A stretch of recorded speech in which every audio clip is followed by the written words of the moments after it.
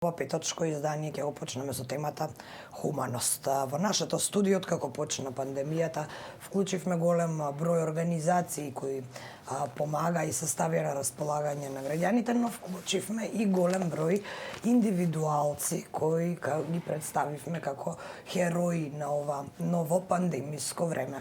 Таков беше случајот со Стамов од Донирај компјутер, со хуманитарецот Февзи.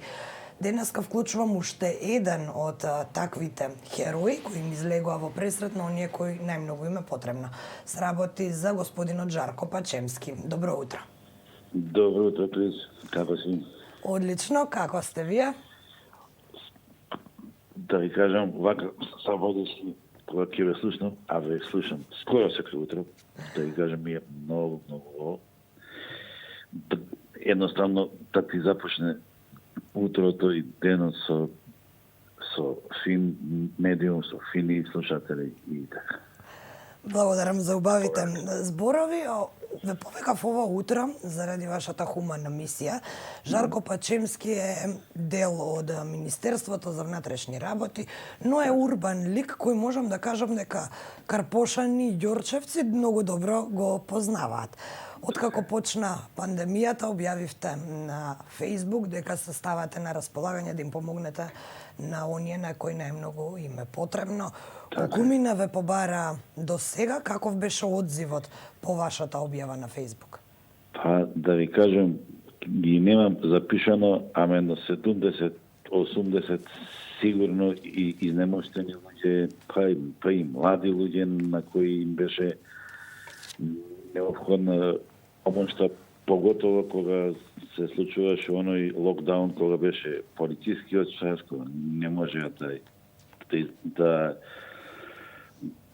да си купат намирници, лекови, да одат на доктор и така натаму.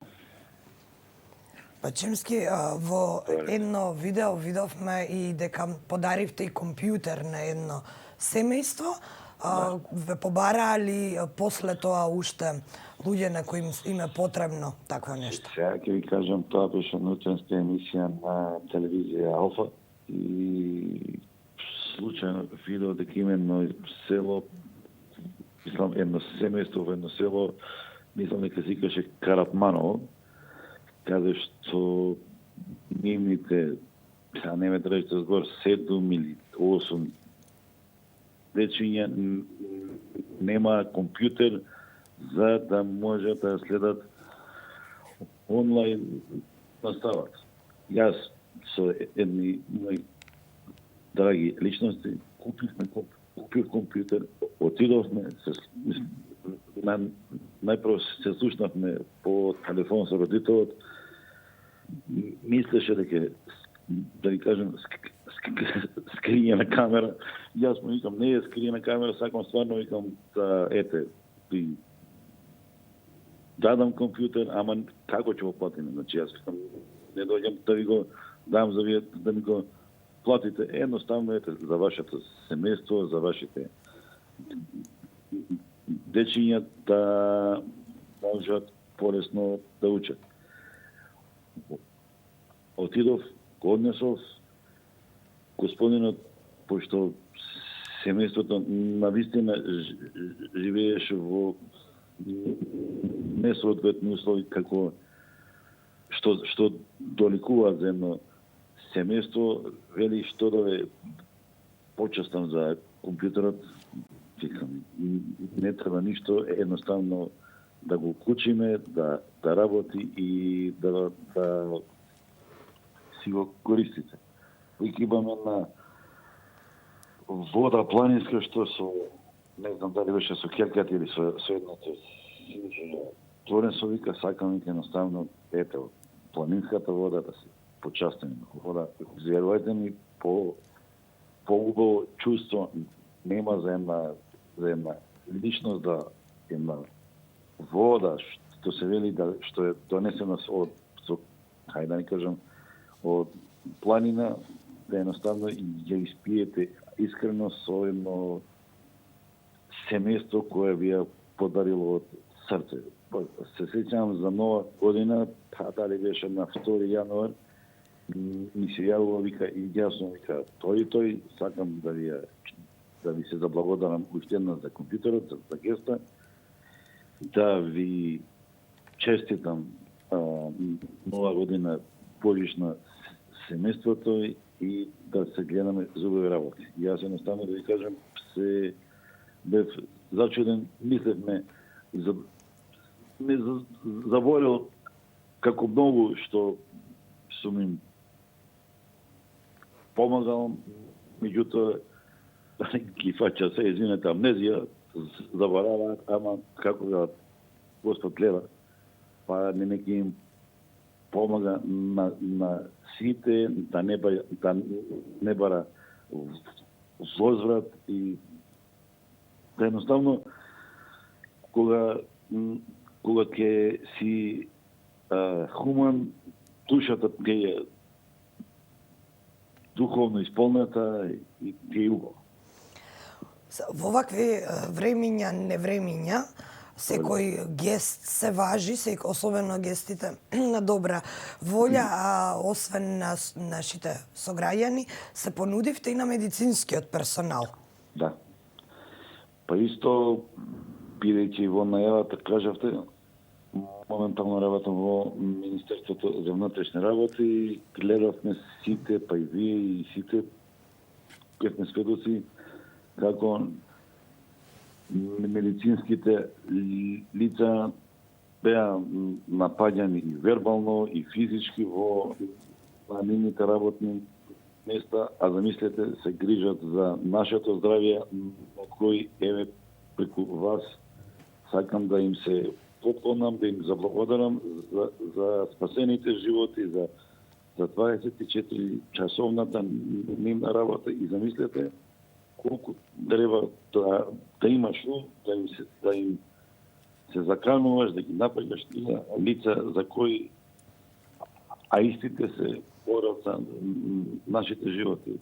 Едноставно ми дојде идеја, се јавив на еден доктор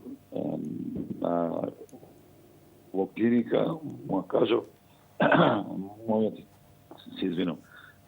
му кажав мојата идеја, вели, Друже, што да ти кажам, јас мислам дека како и господинот со компјутерот, дека некој од негде не снима, дека исто некоја скрија на камера, дека нити сум го очекувал да ми се јави граѓани, поготово со полициски службени, за што искрено, еви сега велам, не знаев дали смеам, дали не смеам, ама реков во слободното време ќе се ангажирам волонтерски да помагам на медицинскиот персонал да се заштитат нивните најпрво животи, без кои, верувајте ми, не само ние, целиот свет не можеше и не може се уште да